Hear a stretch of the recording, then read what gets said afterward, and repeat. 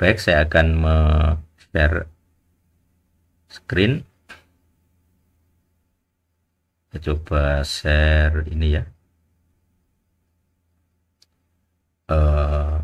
Tab saya, bentar. Oke, ini bisa dilihat.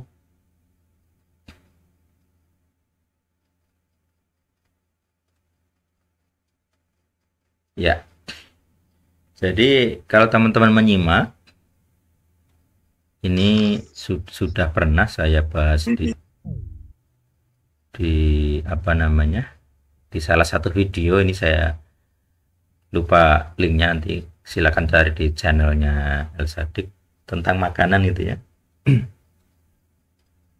Ini tahun 2021, jadi pasti saya rilis nggak lama dari 19 Oktober ini ya, yang ada di sini. Itu ya. Nah, di situsnya ini pertama-tama sistem nilainya yang saya sampaikan adalah bahwa aturan-aturan Torah atau aturan-aturan Sinai itu sebenarnya bagian dari anugerah gitu. Jadi 2 Timotius 3:16 ya kalau nggak salah, ini bahwa apa yang diilhamkan itu digunakan untuk mengajar dan sebagainya.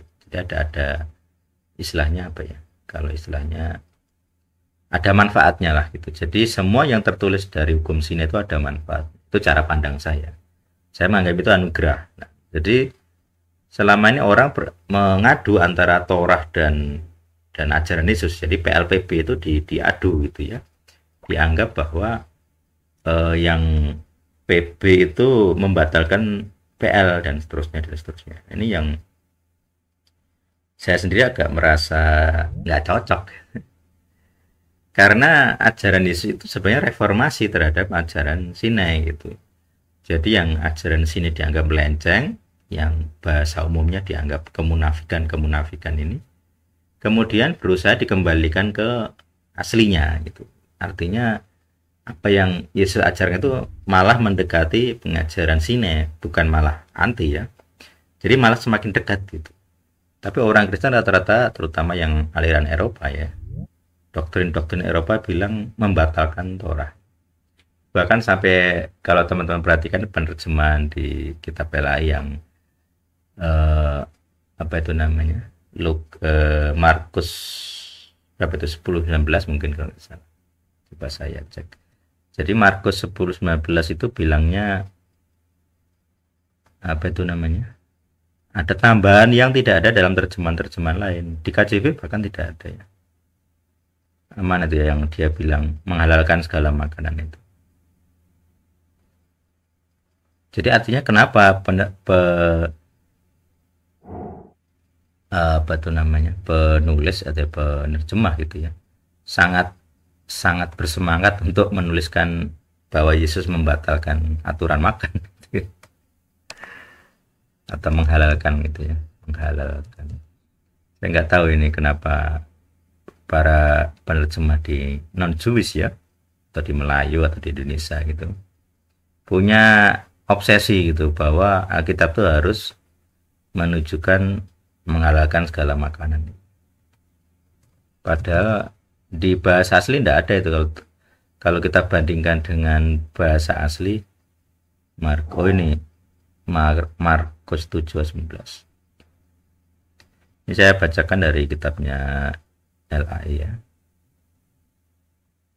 Karena nanti di terjemahan itu nggak ada ini. Markus 7:19, karena bukan masuk ke dalam hati tetapi ke dalam perutnya lalu dibuang ke jamban.